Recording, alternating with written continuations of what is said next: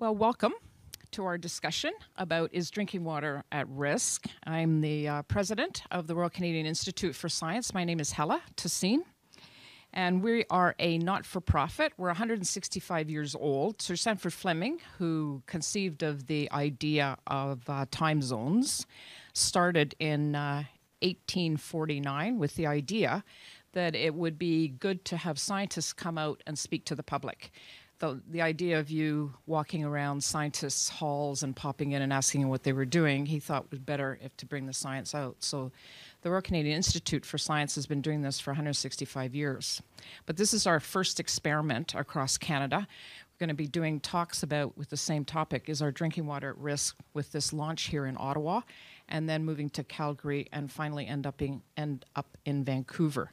So the talks are being recorded and we put them onto our website and their podcasts, so you can also watch them there. During a normal year, we have science speakers in Toronto, and all those webcasts are up, and the topics range all the way from biology to physics, astronomy, right across the spectrum of science. So you might find something interesting on there. So our vision is an informed public that embraces science to build a stronger Canada. It's consistent with what Sir Sandford Fleming thought about 165 years ago. And ours is a platform of public engagement, and that's what we're doing here with leading scientists, and we have 4 of them. The idea is to get science dialogue going. The dialogue with the scientists will actually happen after this talk over a cash bar with popcorn and chips, so you can get up close and personal with scientists as well. Our partnership is with the David Suzuki Foundation, who also have education as one of their thrusts. So we're working with the David Suzuki Foundation on this series across Canada. So this topic of is our drinking water at risk? Why did we choose this? So in reading probably literature that you've seen as well, of the Earth's water, less than 3% of it is fresh.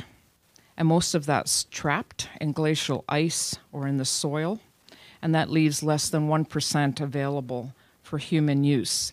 Canadians are the second biggest users of fresh water in the world. We use 329 litres a day, every day, of fresh drinking water, so you can imagine that. Over the past year, we've seen all of the flooding in Calgary. There's a drought in California right now, all affecting how much fresh water is available for us. So we thought that to begin the dialogue on drinking water being at risk is important. And so tonight we're going to bring you 4 different perspectives of this. So our panelists represent the fields of science policy, chemistry, engineering, and human behavior. They're going to be presenting questions such as the soft path, which tackles the broad question asking not only how to use water more efficiently, but in some cases, why use water at all? And if we're taking it, we're also drinking it, and painkillers, blood thinners, hormones, cocaine, chemotherapy agents, whatever goes into us comes out of us, and through our own biological effluent, every time we flush the toilet, the excreted drugs pass through most sewage treatment processes and end up in rivers and lakes and then in our drinking water. So these are ideas of very big concern, and what our idea is to bring the scientists to you, and you can form your opinion after hearing about them as to whether our drinking water is at risk. So to moderate our panel, we're really pleased to have Alan Neal here from the CBC. So I drive to Ottawa to visit my daughter and son-in-law, and I'm always listening to him in the afternoon from 3 to 6 on CBC, and I thought, who better to moderate this panel discussion? So as you probably know, he's the host of All in a Day, and in addition to that, he's now a published author. He released his very first children's book, Ava and the Little Folk, in 2012. He's an accomplished playwright, stage director, and occasional performer. So I'm really pleased to introduce Alan to moderate our distinguished panel.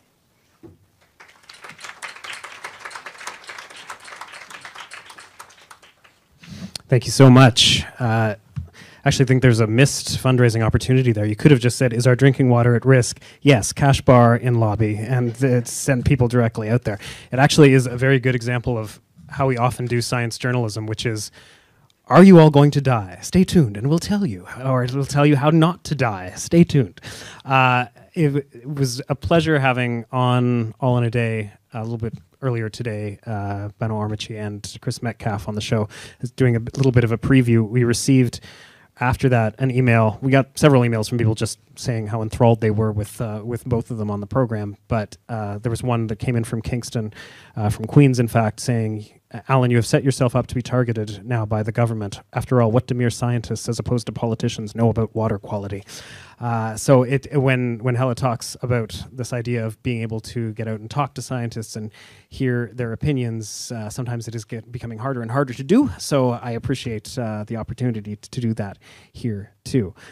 So without further ado, I'm going to be bringing up the panelists one by one, and then we'll do a little bit of a chat after that. So first up, a natural resource economist whose main interests lie in the ways that environmental protection is connected to the use of minerals, energy, and water. He is involved with the Polis Project for Ecological Governance. He's worked with Energy Probe, Friends of the Earth, and many publications to his credit, including Making the Most of the Water We Have, the Soft Path Approach to Water Management. Please welcome Dr. David Brooks.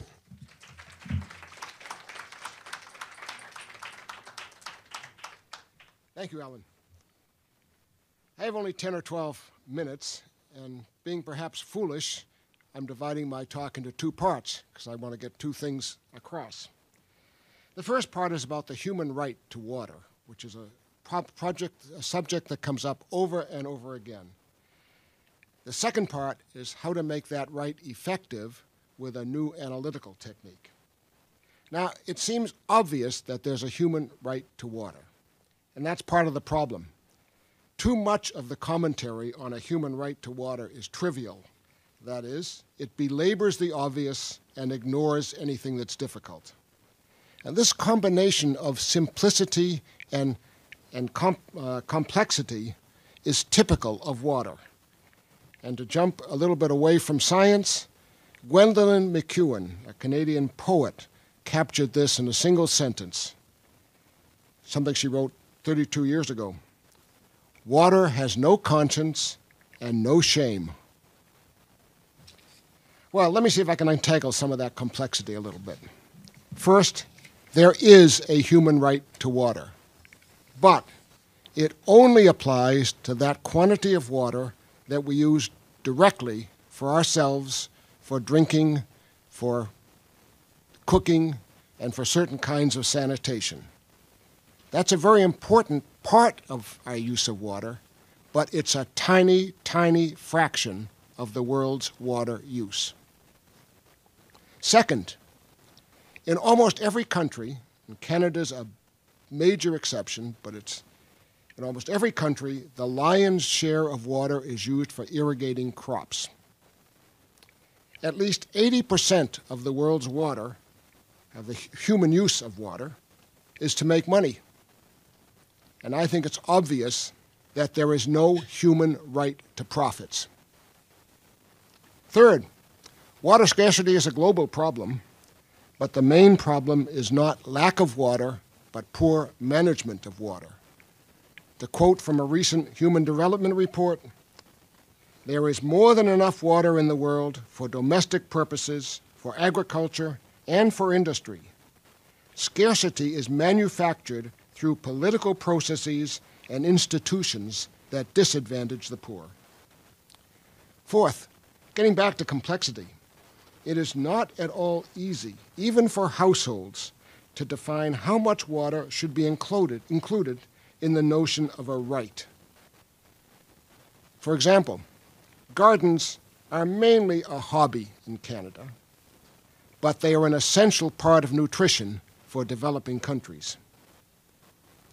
And if there's a human right to water, it must be affordable, which does not necessarily mean that it should be free, but appropriate pricing of water is a subject that would take the entire evening and then not be satisfied.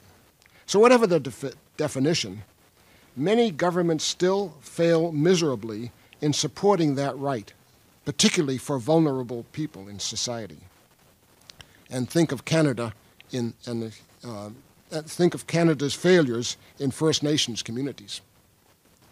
However, most governments do agree that the human right does exist, and many act as if that right exists. The right is not found, for the most part, in hard statutes, laws. It's found in what's called soft law. That is, people have acted as if there's a right, so it becomes a right simply because of what's happened. Governments that ignore soft law giving a human right to water would not likely agree, even if there was hard law, even if there were statutes, they'd probably just ignore them. So, to conclude the first part of my talk, we have to recognize that there are many ways in which human rights to water can be made effective.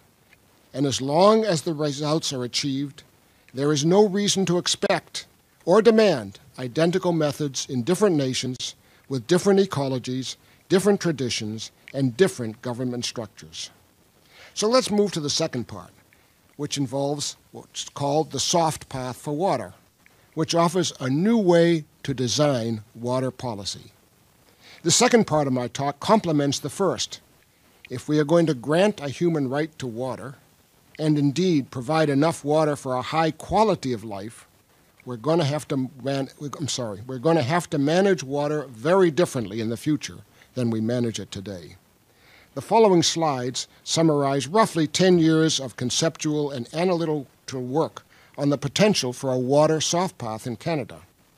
And let me make two other preliminary comments before we get to the slides. First, Canada is the leading country in the world studying water soft paths. And we're kind of proud of that, to be ahead of everyone else talking about water. It's being done here in small ways, but analytically, I think we're way ahead of anyone else. And second, I want to emphasize that the potential for water soft paths is measured quantitatively, with numbers. It is not just what one of my colleagues in that book that Alan mentioned, he likes to refer to eco-dreaming. Well, I guess it's eco-dreaming too, but it's also very carefully measured. So,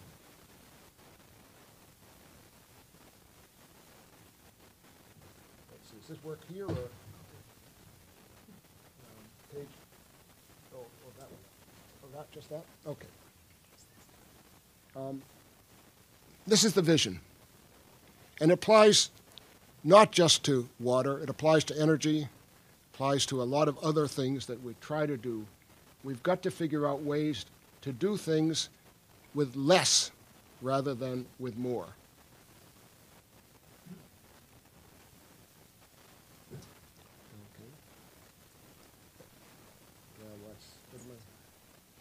Okay.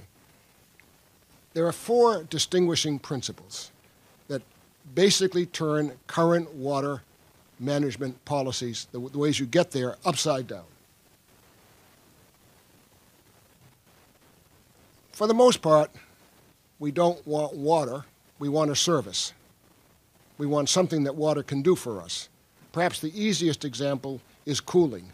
We can cool things by many different ways. Water is a particularly cheap and effective way to do it, but it's not the only one. We don't want the water, we want the service of cooling. And you can go through then every other use of water, with the exception of those small quantities that we need for drinking. Those are separate, and then in that case the water's an end. You start making ecological security an absolute criterion. Typically, if you see natural resource policy, you'll go through the techniques, the measurements, the opportunity. Here's what we propose to do, and then you look at the ecological effects. No way. You've got to do it the other way around. The ecological security is an absolute criterion that we need right from the start. Water comes in various qualities, as does energy, as does most other things. There's no reason, it is just ecological and thermodynamic insanity to take water, bring it out of a source, treat it, run it to your house, and then use it to flush toilets. We can do a lot better than that, and there are many ways in doing that. Again, I'm skipping over all of this because each of these could take quite a bit of time. But And, for heaven's sakes, don't project forward and then see what you need. You'll get just a greater reflection of what you have now. What you've got to do is design that future that we want and then see how to get there. And that's the toughest part because, again, you can't eco-dream. You've got to connect what we have in the future, what we want in the future, to what we have now. And that can take a lot of time and a lot of analytics. Why a soft path? I'll go through this pretty quickly. You don't need me to tell you these things. Asking why rather than how is a very different way that compared with how we normally ask. We ask, how can we do this with less energy? Why are we using water at all? Something that Ella mentioned right from the start. And we're trying to work with nature rather than against it. And water treatment is why put a lot of chemicals, further new chemicals into the water. Why not see how water just cleans itself and use that? Now, these are the selected results from the first National Water Soft Path Study. And again, you can read these. If you want to talk about the second one, ask Paul, because he was the leader of that part of the team. I've highlighted the one about urban use, because that's really what's on the table today. Most of the drinking water does occur in urban areas. This was perhaps the most surprising result we found. We were amazed at just by adding one technique onto another technique, making sure they were feasible, making sure they were reasonably acceptable. And so when you take a 45% drop and a 50% growth, you can multiply those two and see where you're coming at. And these others then. The soft path is not free of changes in habits. The last one will show one of the options for changing habits. If you can get people to eat less meat, you can move the water use down in most cases.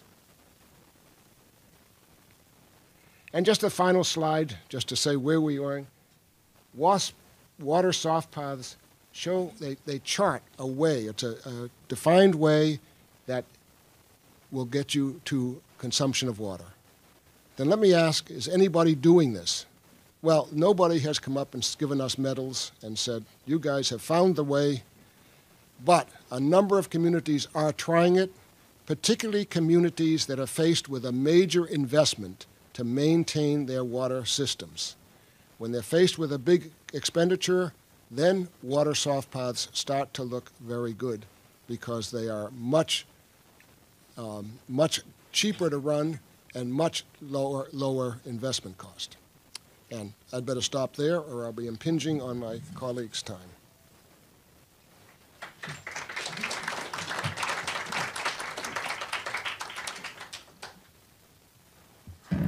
Thank you, Dr. Brooks. I think I felt sort of the sigh of relief in the room the first time that he actually sipped from the water glass because everybody was waiting to see whether it would be an Aaron Brockovich moment or not. But next up, Professor and Chair of the Environmental and Resource Studies and Director for Watershed Science at Trent University. A guy who has... Wait, I just realized, am I on the right one? Yes? Okay, good. If not, you're just going to have to deal with the next part of research.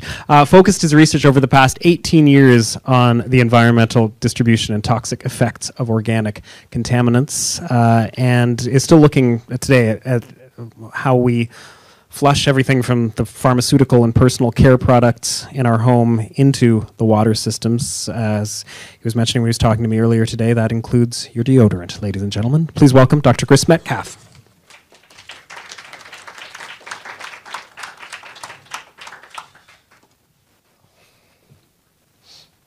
We'll work out the logistics here on the technology first. No. There we go.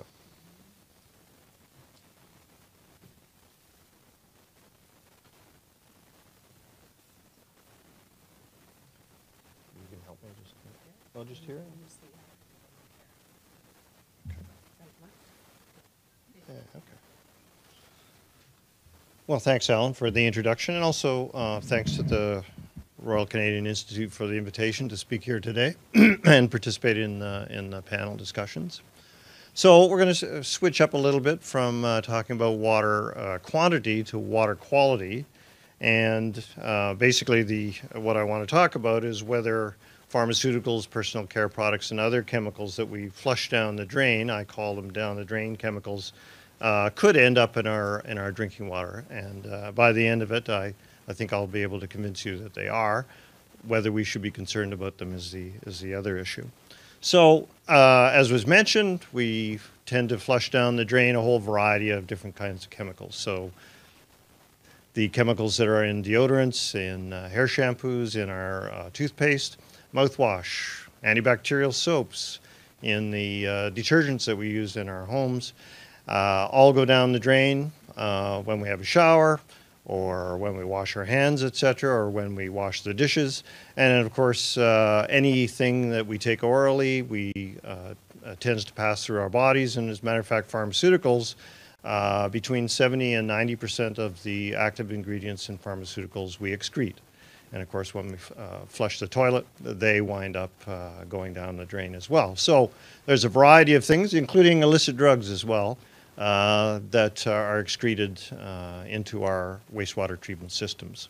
So the question is then, what happens in the wastewater treatment plant? Well, basically, now Banu might give you a little bit more information about this than I, but basically what a wastewater treatment does is it separates out the solid bits from the aqueous bits. So through a process of treatment, you get the aqueous part of the wastewater being discharged into the environment, into receiving waters, and the solids, which are retained. And what we do in Ontario with about 30 to 40% of those solids is we apply them onto agricultural land as soil amendment. So we have to be concerned with some of these chemicals that wind up being discharged into receiving waters, and those that also make their way onto agricultural land, which I won't talk about. So by receiving waters, what are we referring to? Well, any lakes, rivers, and streams in which you have discharges of wastewater from treatment plants. And where we're concerned about the potential for chemical contaminants reaching fairly high concentrations is in those situations where you have high discharges from very large cities, you have multiple sources, multiple cities or municipalities which are all discharging into the same receiving water. And potentially during low flow periods, there would be less dilution, and so the concentrations of these chemicals might be higher than they would be during high flow periods. So there's an example here. This is the city of Edmonton which discharges its wastewater into the North Saskatchewan River. And during periods in the summer, which you see here, you actually can have very low dilution of the chemicals which are discharged along with that wastewater. So we tend to think in Canada that we have large amounts of fresh water. Do we really have to be concerned about the potential for contamination of drinking water here in Canada? So here's an example of a place where really the water resources are under stress. This is the Grand River watershed in southern Ontario. As you can see, several of the important cities in southern Ontario, including Guelph, Waterloo, Kitchener, etc., are located in this watershed. And each one of these yellow squares represents a wastewater treatment plant, which is discharging into the Grand River system. And the size of the square gives you an indication of the total volume which is being discharged. At the same time, there are 15 communities which are withdrawing water from the Grand River system to be used at least partially as a source of drinking water. So you've got about 1 million inhabitants in this really fairly small watershed, and there's multiple uses. In addition, there's agricultural runoff, which is occurring particularly in the upper parts of the watershed. So I would suggest that this would be an example of a particularly stressed kind of environment where you have the potential for chemicals which are present or being discharged in wastewater to make their way into drinking water treatment plants. So the example I want to talk to you about is the discharge from the city of Waterloo. and we sampled downstream of that discharge from the city of Waterloo into a drinking water treatment plant 17 kilometers downstream. And what we analyzed was a variety of antidepressant compounds. And I'm sorry, I'm a scientist, I gotta have graphs. I get a little twitchy when I don't have actual data to show here, so you're gonna have to bear with me. I'll try to make it as understandable as possible. So all these bars here represent different types of antidepressants that we detected in the Grand River system. And as you can see, we detected these compounds, albeit in lower concentration, 17 kilometers downstream, and that just happened to be at the intake for a drinking water treatment plant. Another group of compounds that we've been looking at as a tracer of contamination from wastewater are artificial sweeteners. They're perfect for this kind of source evaluation because artificial sweeteners go right through us. We don't utilize them for anything. That's why they're used as artificial sweeteners. We don't obtain any caloric benefit from them whatsoever. And a couple of these compounds are very persistent. So the two that we've been looking at are sucralose and acesulfame. And they are very persistent, not only in us, but in the environment, and we can use them as tracers of contamination downstream of wastewater treatment plants. So a few years ago, actually in a project that we did with the support from the Ontario Ministry of Environment, we looked at a range of these chemicals, including artificial sweeteners, in drinking water in 5 different communities. Number one is the city of Ottawa, so we sampled in your drinking water treatment plant. And we also sampled in Kingston, number 2, and at 3 different communities in the Grand River. The 5th community was in the First Nations community of Oswego, or 6 Nations. So we were particularly interested to see what the data showed there. And again, sorry to show you these graphs, but what you're looking at here is different sampling points where we looked at the raw or untreated drinking water and the treated drinking water at 3 different sampling periods. The good news, as far as you should be concerned, is that the drinking water in Ottawa showed relatively low concentrations of sucralose, one of those artificial sweeteners, and there was some removal as a result of the treatment. But you can see in drinking water treatment plant number 3 and number 5, which are both in the Grand River system, that you had relatively high concentrations of that tracer of wastewater, both in the raw and the treated drinking water. So these chemicals are making their way into drinking water, and they are persisting through the treatment process.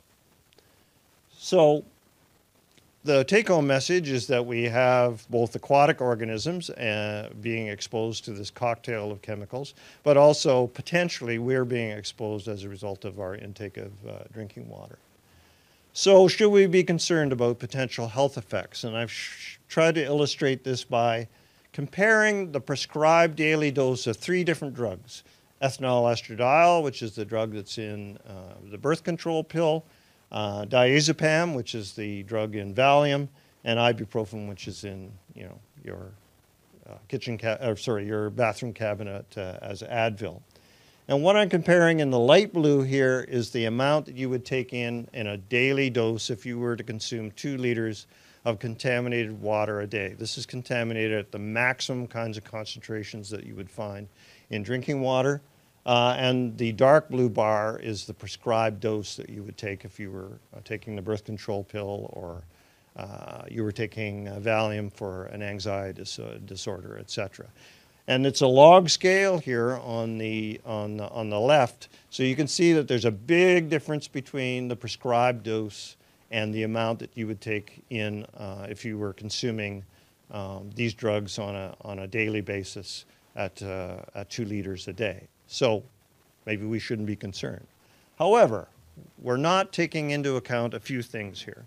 One is that we're not really considering the adverse effects of mixtures of drugs. We don't consume one drug in our drinking water, it's a whole mixture of them. So you could have many different antidepressants which cumulatively could have an effect. The other thing that I you have to be concerned about is that you can get disinfection byproducts. So when you chlorinate your drinking water, for instance, you could have formation of byproducts which are potentially toxic. And then finally, these drugs are targeted for specific segments of the community. So for instance, if you were taking a drug that was meant to lower blood cholesterol, that would be for individuals, typically older individuals that have high cholesterol. They're not for children to take, they're not for pregnant women to take. So we don't really know what the potential effects might be, even at very low doses. So I rather like the quotation from Alan Jones. He's a UK researcher, came up with a few years ago, which is basically saying, we don't think that the issue is an extreme hazard, but if we can take measures to reduce the exposure to these chemicals, then why not do it? So what can we do as John Q. citizen in order to try to address these problems? Well, we can make smart consumer decisions around the products that contain contaminants of emerging concern. So I know, for instance, the David Suzuki Foundation does an awful lot of advocacy about consumers making smart choices to choose personal care products that aren't potentially harmful. And we don't want to wind up in receiving waters. So that's one thing we can do. The other thing that we can do is invest in better technologies, not only for removing these things from wastewater treatment plants, but also removing them once they get into our drinking water treatment plants. And with that segue, hopefully I've set things up for Banu to talk about that subject. So thank you for your time, and hopefully we can chat later.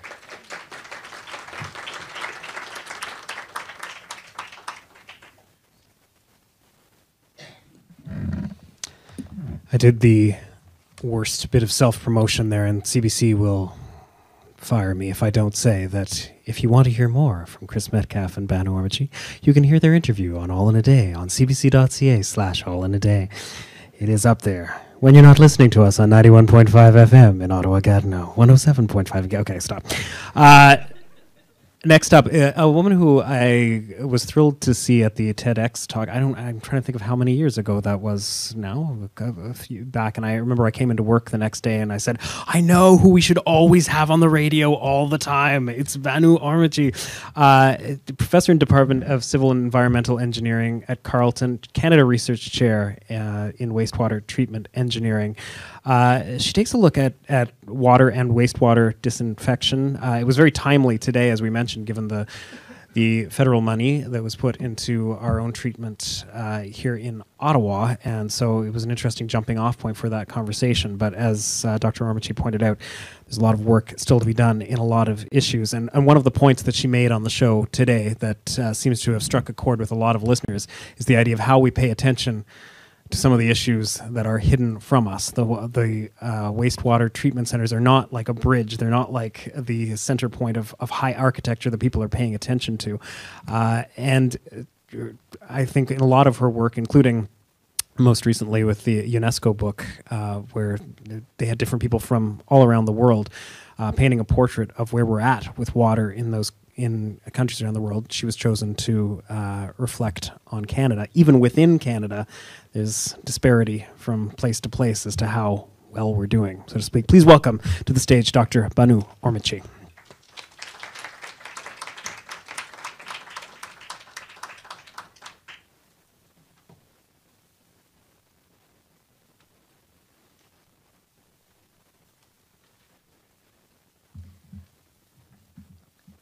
Thanks everyone for coming here. As you see, I brought my tap water with me. I don't drink bottled water because tap water is safe. So today I'm going to give you an overview on water and wastewater treatment technologies that we use for treating drinking water and wastewater, and also how well we're doing in Canada as well as in Ottawa.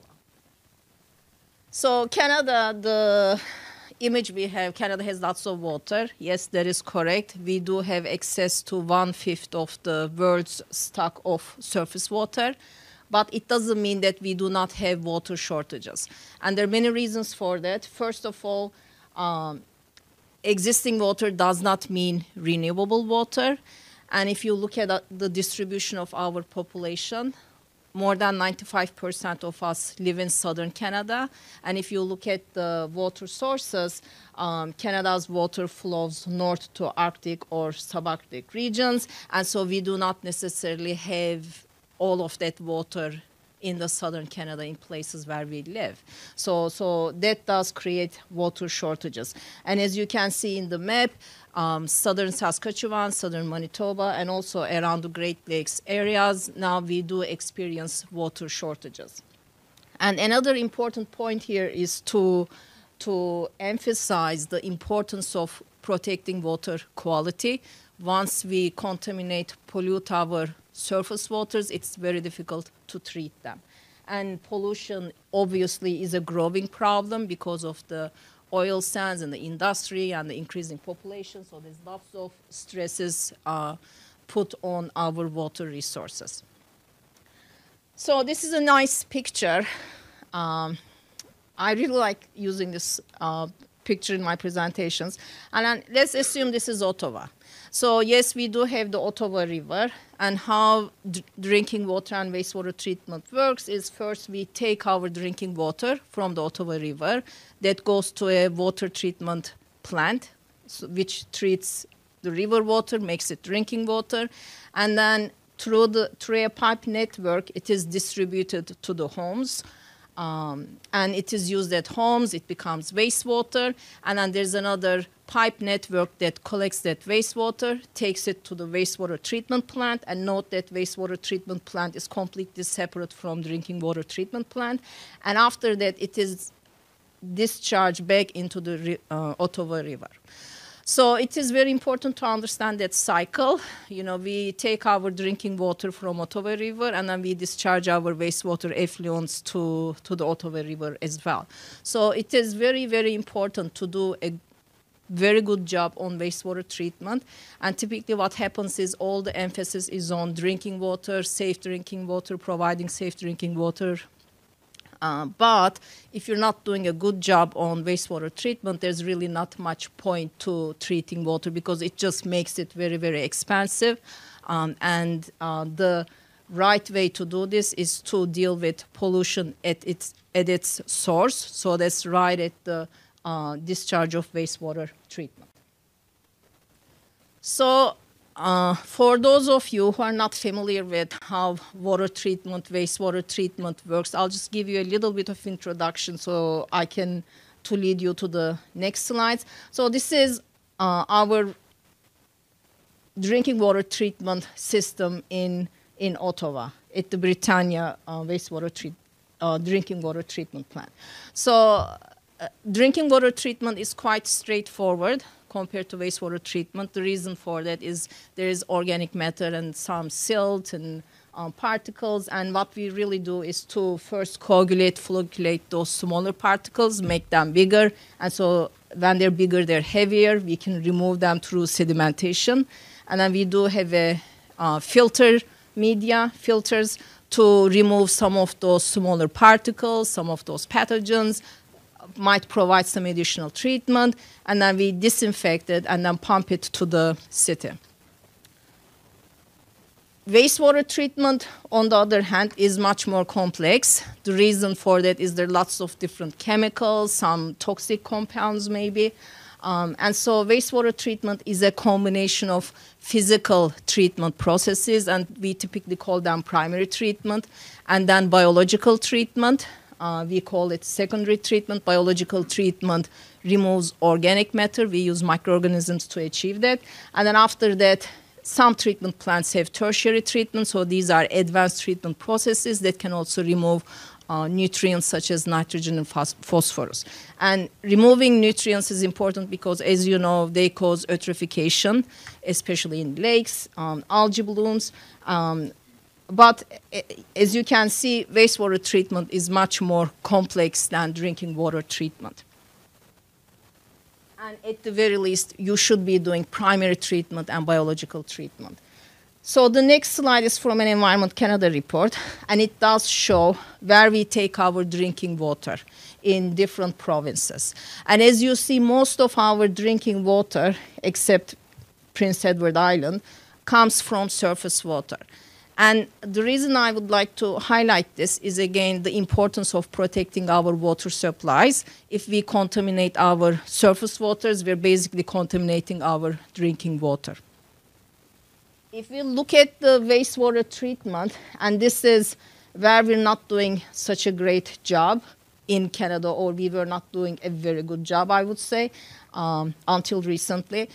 So what you see here is the blue bars is either no treatment whatsoever or very preliminary treatment.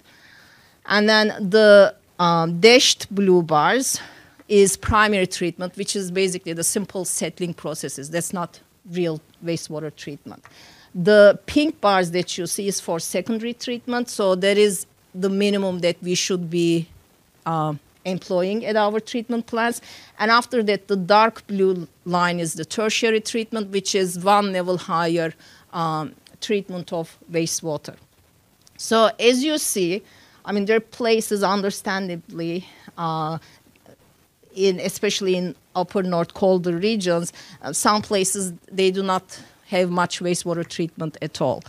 But if we look at, for example, Quebec or even British Columbia, the blue bars, I mean, there's still like 40%, 45% of wastewater that does not receive any real treatment and just discharge to surface waters.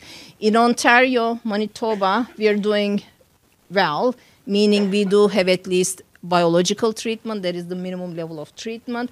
But who is really doing very well in Canada, that is Alberta and Saskatchewan, because those are the provinces that they employ a lot of tertiary treatment in their wastewater treatment plants.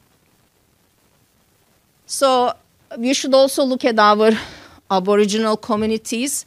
And in Canada, yes, we are a rich country. Overall, Canadians enjoy a high quality of drinking water and wastewater infrastructure. But we do experience challenges as well. And the remoteness of some communities, as well as the cold climate conditions, do present additional challenges. So the colorful dots here, the red dots, so this is for Aboriginal communities. This is from a recent report from 2011. And the red dots are the high-risk communities in terms of drinking water. The yellow dots are the medium risk, and the green dots are the low-risk drinking water systems. And the dots are spread across Canada equally, which shows that it's not just one or two provinces that have this problem. We do have this problem across Canada. But if you look at the percentage of the red dots, it's approximately 45% of all Aboriginal communities. So they are high-risk systems. 35% are the medium risk systems, and the other 25% is the low risk system. So there's still things that we need to do better in Canada. There is a game changer, and that is the recent standards on wastewater treatment and discharges. And since 2012, we do now have federal standards for treatment of wastewater. And what that achieves is to bring a minimum level of wastewater treatment across Canada. So one of the points that the regulation is criticized is the long rollout time. So if you are a high-risk system, you still have until 2020 for compliance. If it is a low-risk system, until 2040, so that's a pretty long time. But at least we do have something now. But if we compare these standards to the standards in US or in Europe, they're not as stringent. We do not have any limits on fecal coliform, E. coli, or pathogenic bacteria, and we do not have any limits on phosphorus either. So again, if we focus back to Ottawa, we do have two drinking water treatment plants, And then for the rural parts, there are 5 groundwater well systems. And then we do have one big wastewater treatment plant, which is ROPEC. Our treatment plants, they do a very good job in treating drinking water and wastewater. They are very well operated. But if you compare the engineering processes, they're kind of on the basic side. Okay, so there isn't really anything leading edge, novelty. It's not like seeing treatment plants in Europe or in US. So they're basic, but they do their job. But what is important to highlight here is that both our drinking water and wastewater, they do meet all of the federal provincial guidelines and standards. So the drinking water is safe, tap water is safe. I do get these questions a lot, and I've given lots of talks on bottled water versus tap water.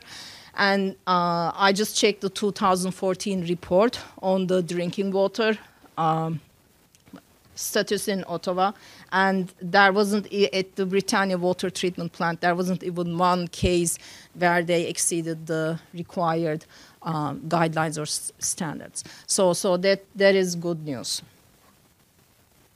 And I will also mention another thing, and I saw this when I was trying to find that report, you Google. And your municipality, your municipalities, plural, across Canada, they do their best and they do a good job. But what they cannot do, because they don't have the money for that, they cannot advertise their product. So again, bringing this to bottled water, remember that bottled water companies, they're Pepsi, they're Coke, they spend billions of dollars on advertising their product, that you drink a bottle of water and you look like Jennifer Aniston, health, beauty, youth, all of that. And I've seen some reports from a local company that market home-based water treatment systems. And I read what they put out, and I wondered if this is even legal. All these, how do you make people to buy your product? You just scare them. And then they write this stuff that sounds scientific. There's no references to any scientific papers or reports, but then at the very end they say, oh, by the way, all of this information has been compiled from reports from Health Canada, Environment Canada, etc., which is just wrong. And so there is lots of that out there as well. And the bottom line is your drinking water is safe. So, but it doesn't mean that things cannot be better. We need to invest in our water and wastewater infrastructure, and I prepared this slide before I knew about today's announcement. So there is great news now. We do have $155 million to build underground storage facilities to handle combined sewer overflows. But, this is not a new thing.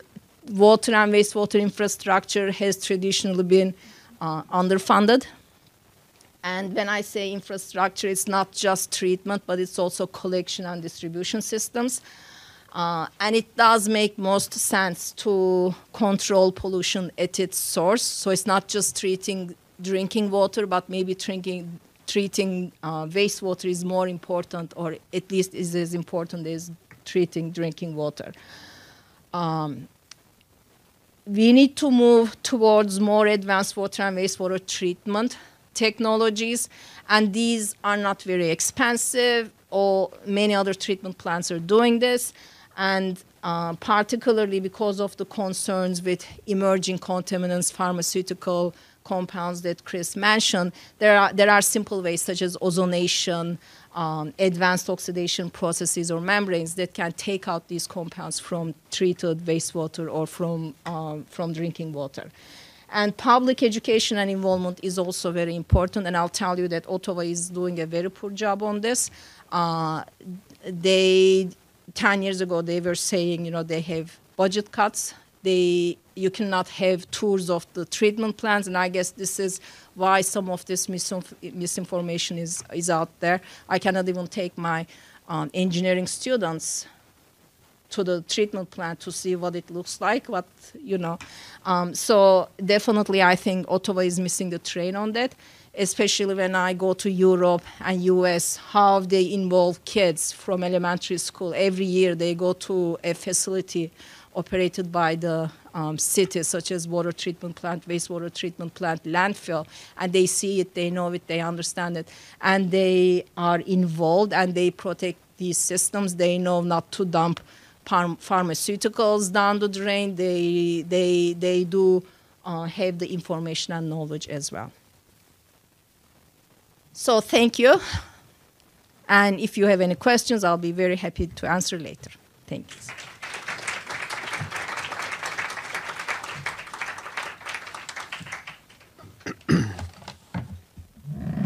Thank you, Dr. Ormanji. Finally, it's my pleasure to welcome Professor Emeritus from the University of Waterloo, recently retired Associate Professor and Chair Department of Environment and Resource Studies. A man who combines interests of climate and society, along with the assessment of impact on especially water resources, and what I like the phrase that they used, the implications of living with climatic uncertainty. Ladies and gentlemen, please welcome Dr. Paul Kay.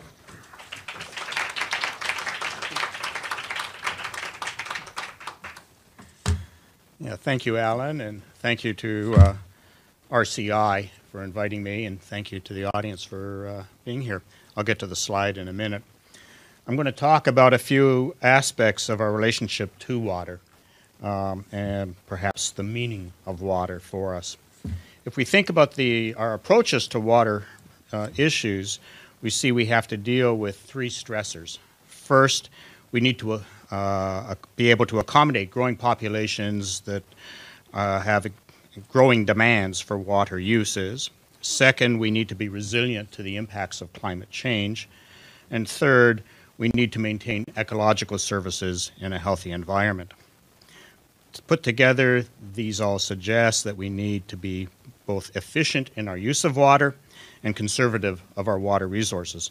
As David has indicated, the soft path approach offers new ways not only to find efficiencies, but also to reduce our overall use of water.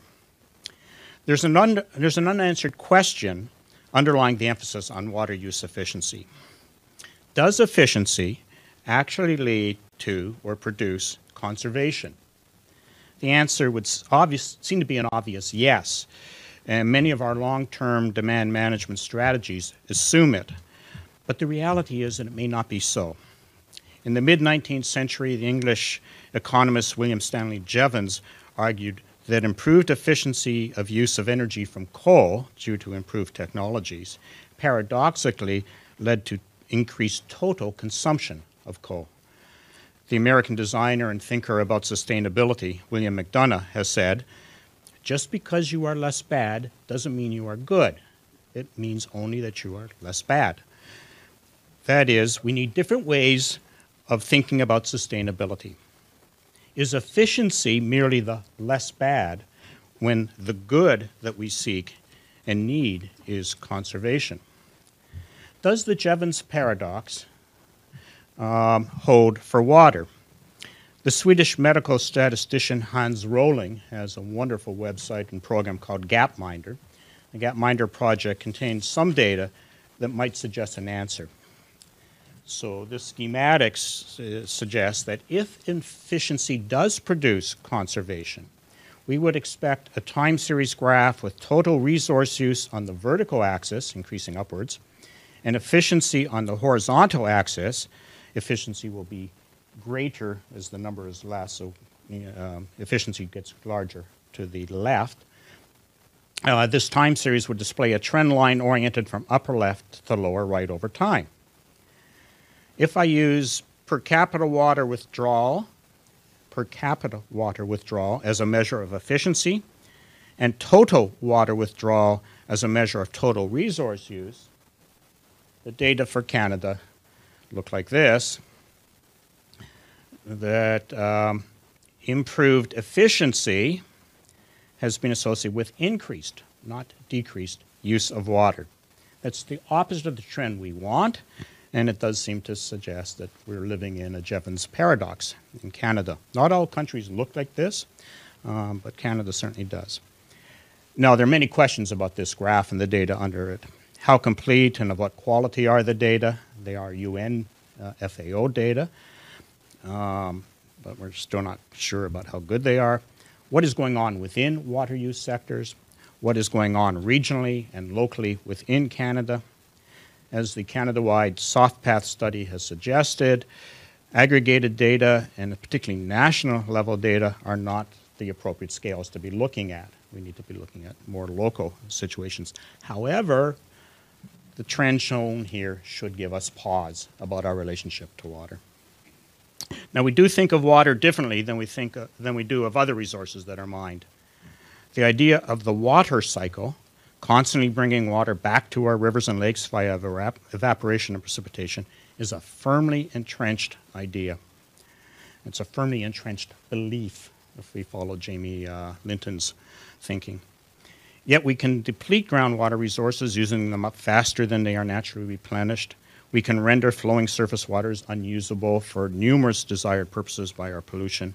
In effect, we break the hydrologic cycle and we are mining water. If we know this, and if we know that we shouldn't act this way, why do we persist? This is perhaps the most difficult question facing those of us trying to promote pro-environmental behavior. Perhaps it's that we moderns trust rational science and we believe that human ingenuity will always find technological solutions. So, as we've heard, we've had physics and chemistry and engineering that provide us here in Canada with basically uninterrupted safe drinking water and sewage treatment.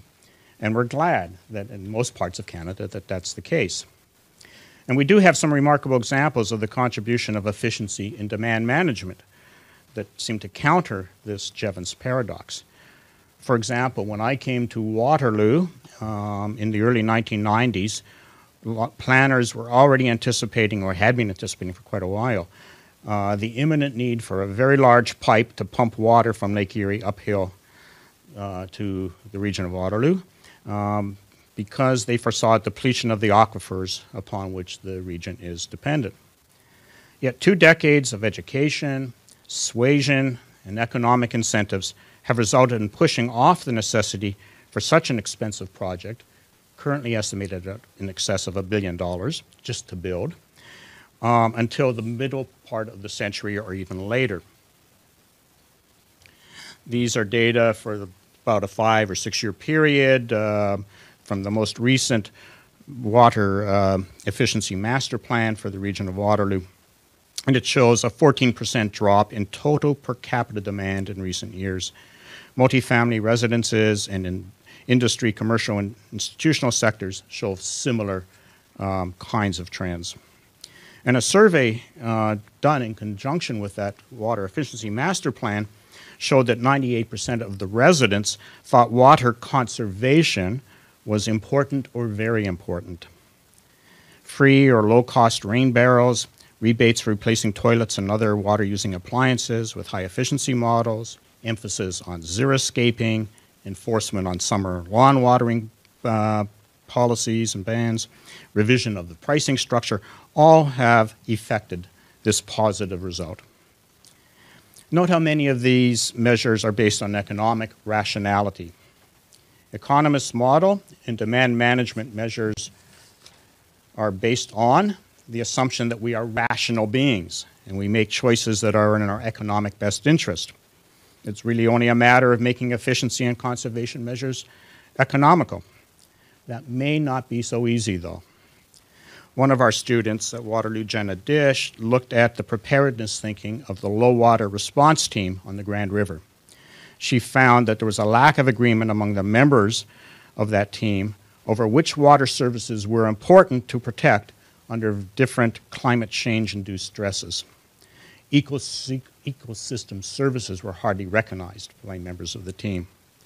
The team is made up of representatives from local and regional government and from the different water use sectors.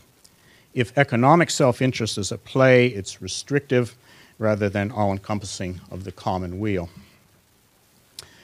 I suggest that we need to allow for the irrational in our planning and management.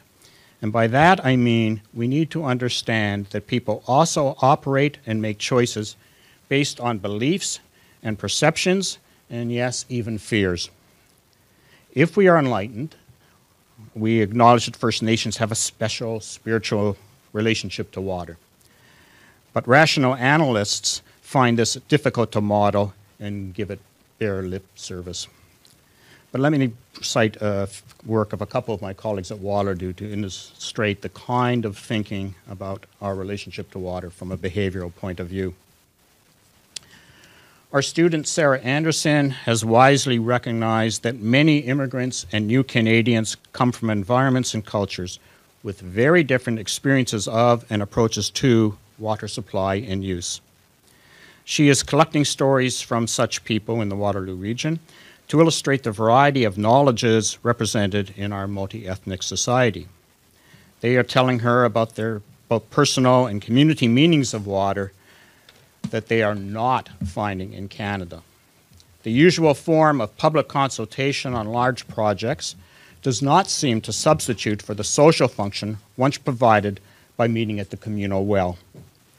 This kind of information should be recognized by institutional water managers and planners as they design conservation strategies and social marketing mechanisms to try to promote conservation.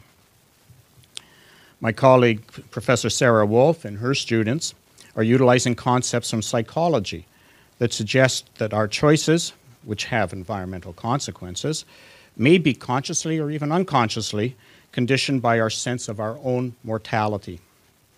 It is not only a case of a prior experience, such as a drought-induced interruption of supply, that affect belief about the future probability of occurrence of another drought or the potential impact. Unrelated prompts suggesting mortality can also be influential in how people think about water. Once religions provided us a buffer against the terror of mortality, such as with the promise of divine reward in an afterlife. Rational modernity, we've given that up. So people look to a couple places to try to soften the fear, the terror of our own mortality. One of these is called hero projects. It's creating something large that will last beyond us to provide some reassurance that our fame will last longer than us.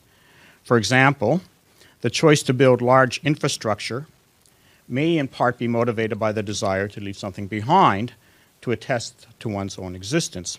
Actually, this is a motive as old as the Epic of Gilgamesh about 4,000 or 5,000 years ago. Sarah and her student were looking at the Hoover Dam as their example, but I think this example in Toronto, the R.C. Harris water treatment plant, is also a good example. Did R.C. Harris, who was the Commissioner of Public Works in Toronto in the 20s and 30s, did he really have to build such a grand monument in Art Deco style for this water treatment plant to do its job and provide good lake water to the city? Harris wanted his hero project. It's a beautiful building, and when it's open, on doors open, it's a wonderful place to go tour. Another response, either conscious or unconscious, to managing the terror of mortality may be material spending. This has been documented in numerous studies in environmental psychology. People want to buy more. The implications for sustainability are not particularly favorable. More resource use leads to environmental degradation, leads to proximity of death, or at least major deterioration of lifestyle, leads to more buying and more materiality to buffer against the fear, leads to, etc., etc., etc. In sum, I am not suggesting an either-or situation. I'm not suggesting a choice between rational science and economics on the one hand and irrational belief on the other. Rather, I think including both, and I think it's the belief systems and the human side of the story that is not well represented in our planning and thinking, that this will widen our consideration of what leads us to the choices we make, and it should give us a more robust understanding for development of effective management and governance. Thank you.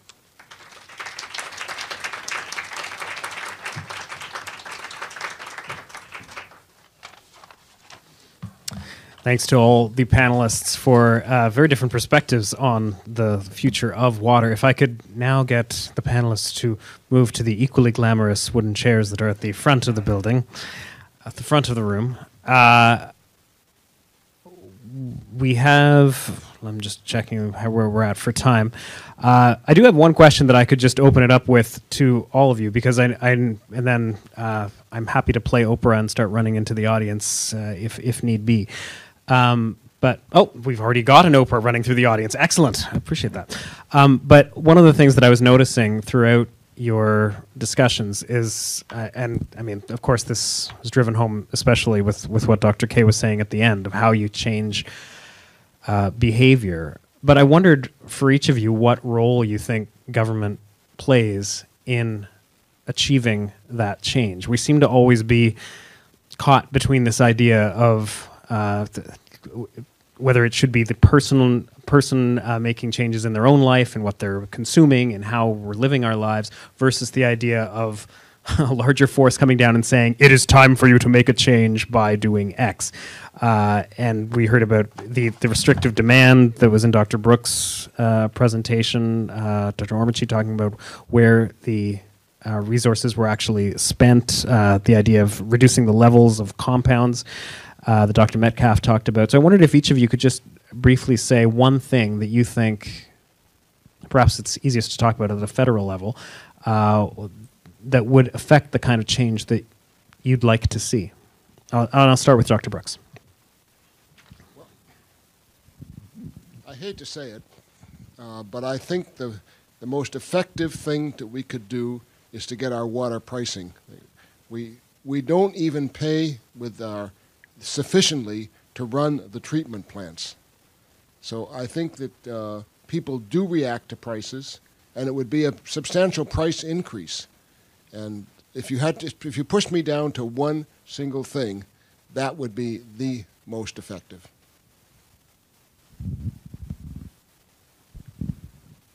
So there is a need for more public involvement, education.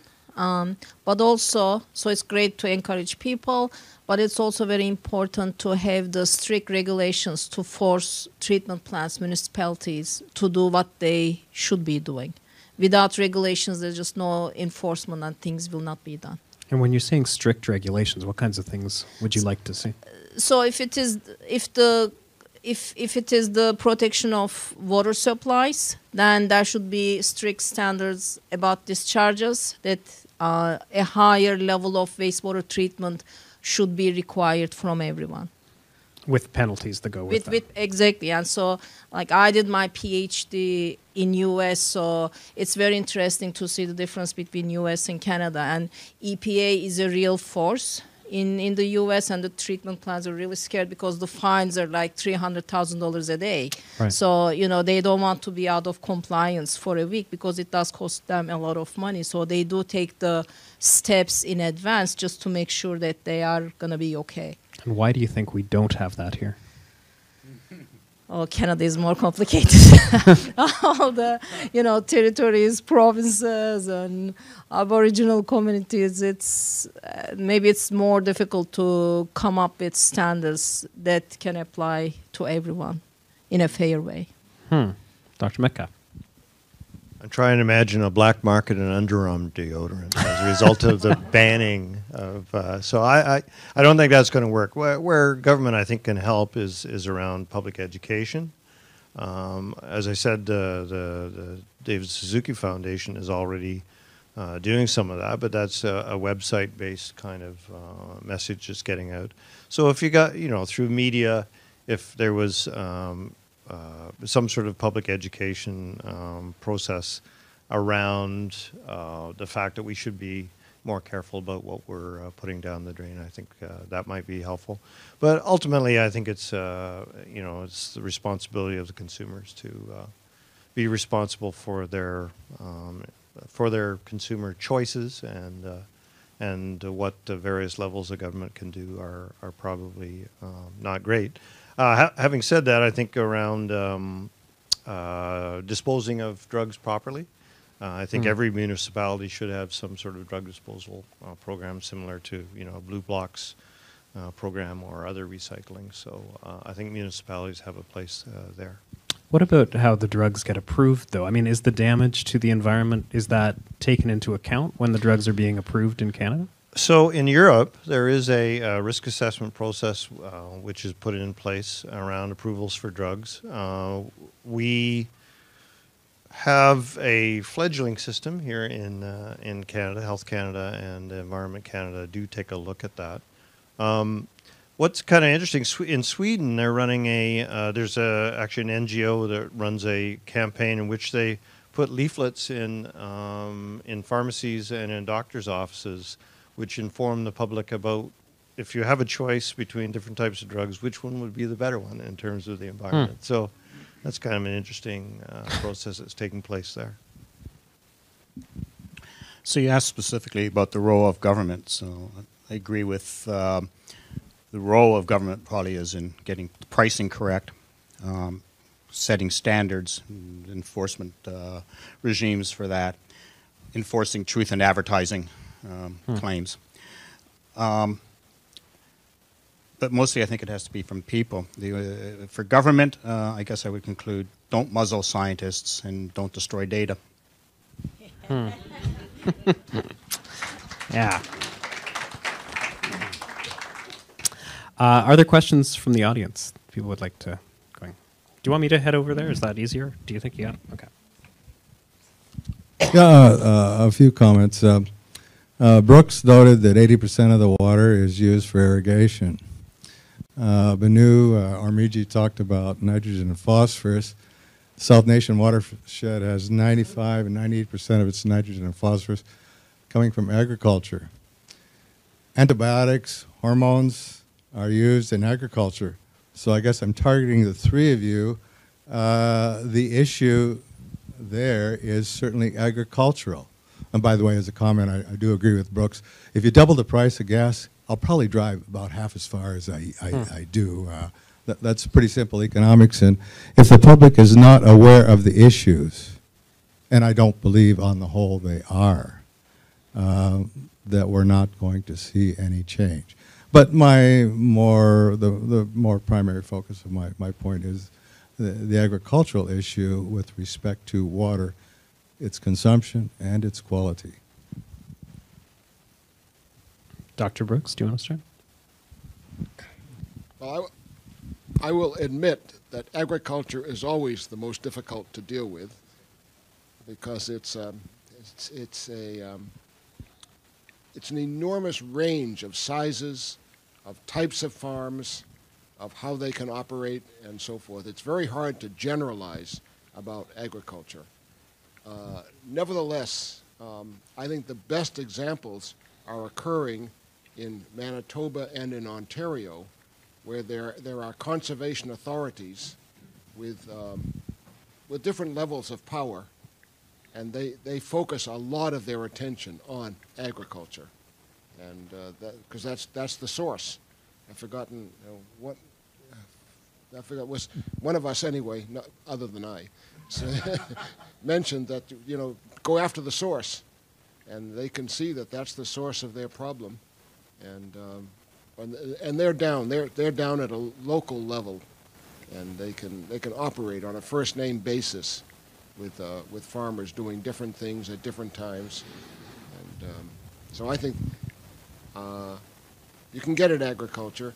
The big ones I worry about are in the West when they got huge rights to huge volumes of water, when Canada was trying to make sure that they populated the West so that those people from south of the border didn't stream in and annex part of that land to the United States. So and they operate on a use it or lose it basis.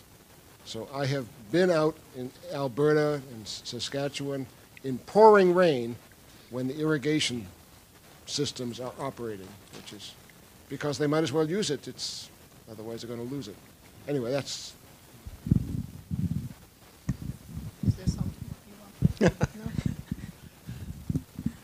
Well, I think one of the big problems, and you mentioned in South Nation watershed, is that for municipalities who, are spending millions of dollars to upgrade their wastewater treatment plants, and they have a legitimate argument when they say, well, okay, we're spending all this money in the municipality to reduce our phosphorus loadings into the receiving water. What are they doing upstream, the farmers, et cetera?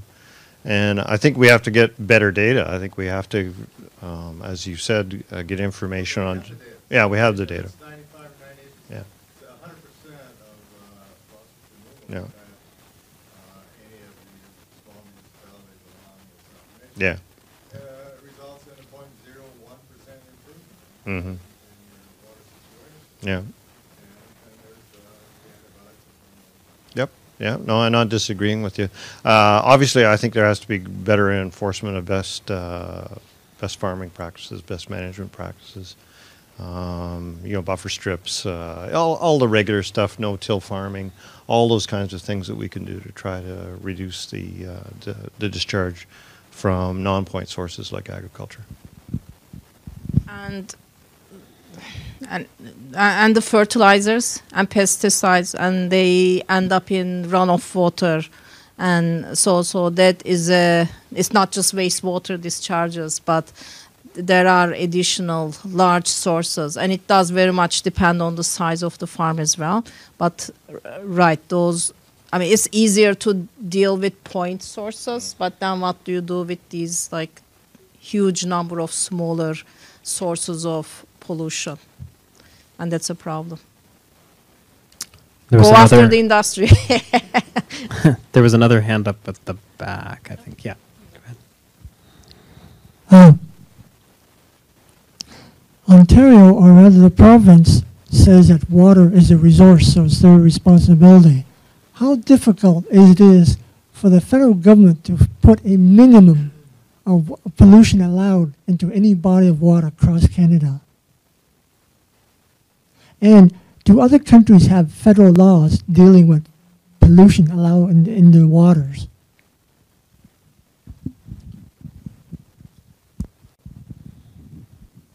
The federal government could, if it wanted to assert its role, deal with any body of water that flows across or under, along a border.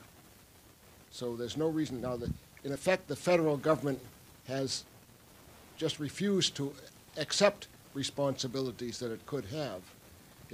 We sort of peaked with the Pierce report in 1987, and the government has receded. It's done less and less on water ever since. But the specific answer to your question, if it's transborder, or if you want to take the Fisheries Act, it said that this law applied to any water in which fish live, or that flows into a body of water where fish live. And that covers just about every river, every stream, every rivulet, anywhere. And they took it as until it was emasculated by the Harper government in, I think it was the last omnibus bill, or maybe it's the previous omnibus bill.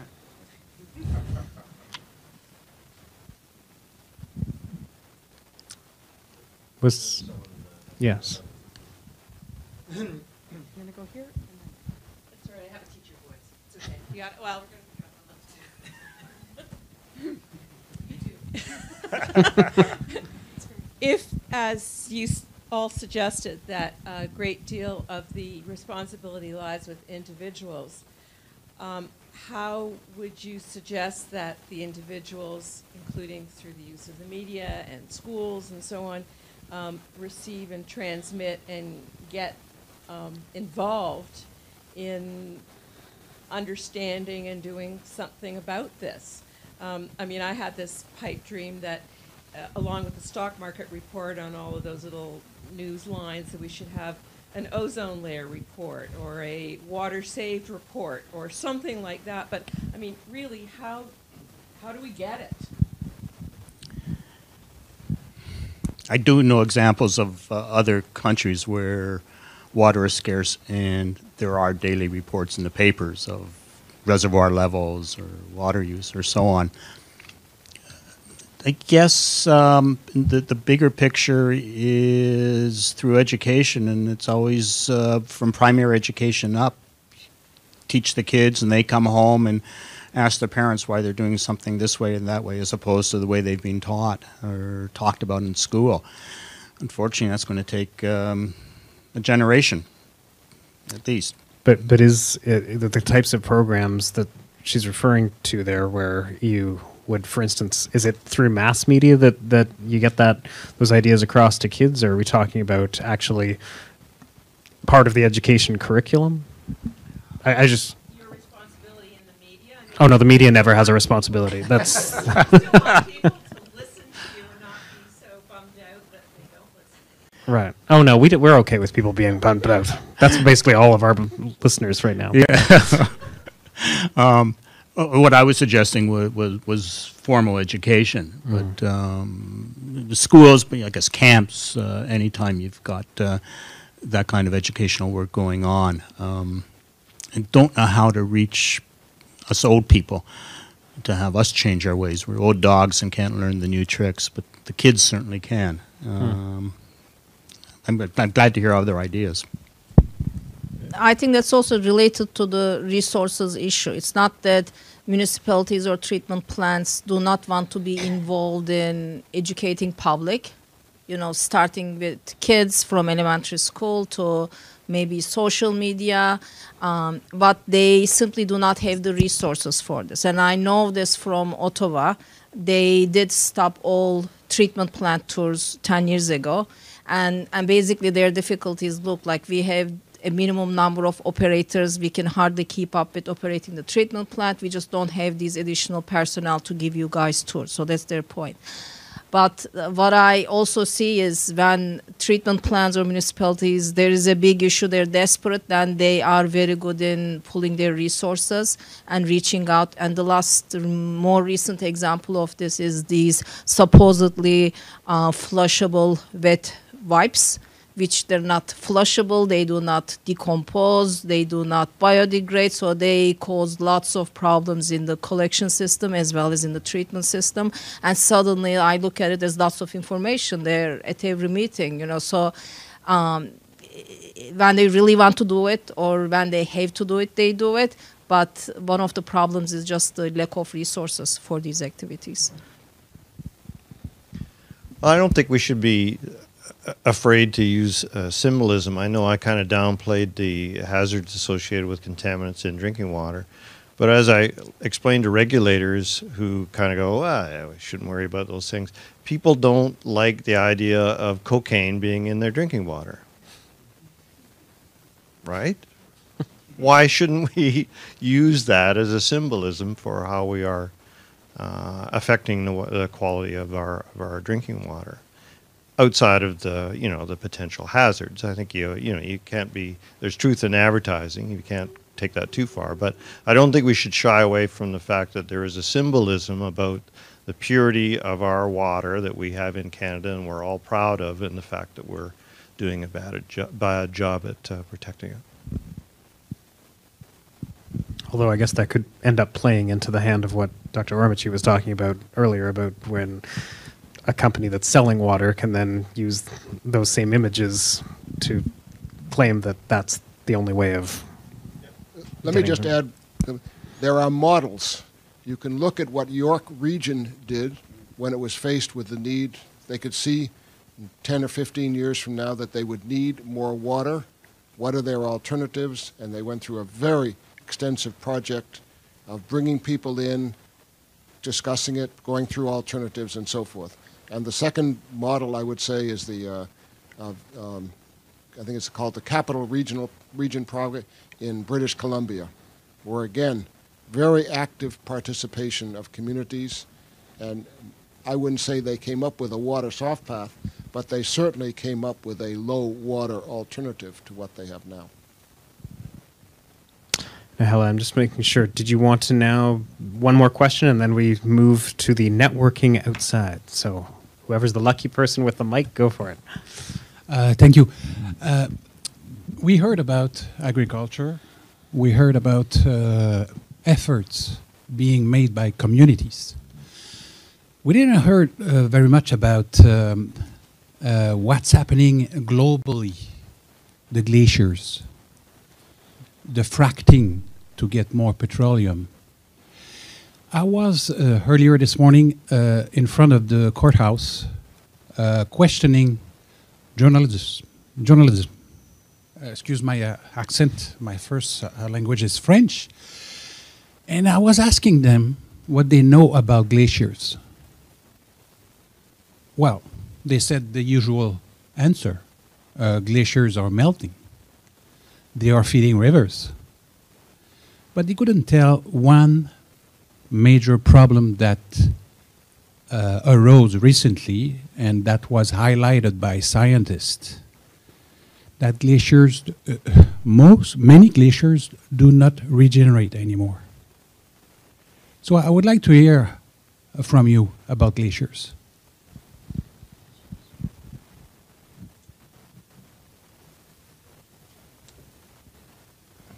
Well,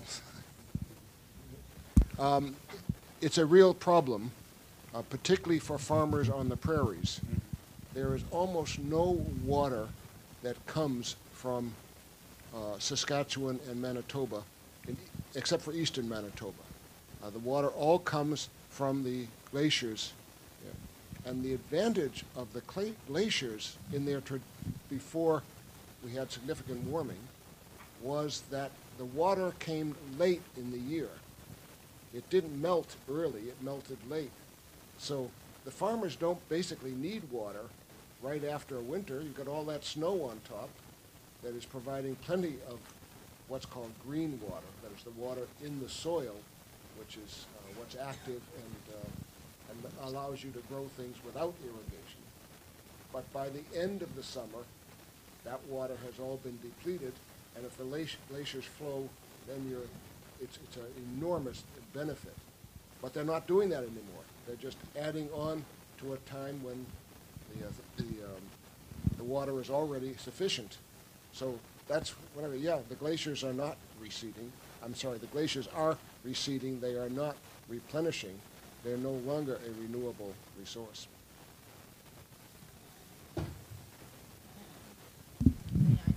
So I'll just add a few sentences to that. So that was an excellent point. So recently I wrote a book chapter for Canada, and Neil mentioned that, and part of that book chapter was the effect of climate change on the water resources in Canada.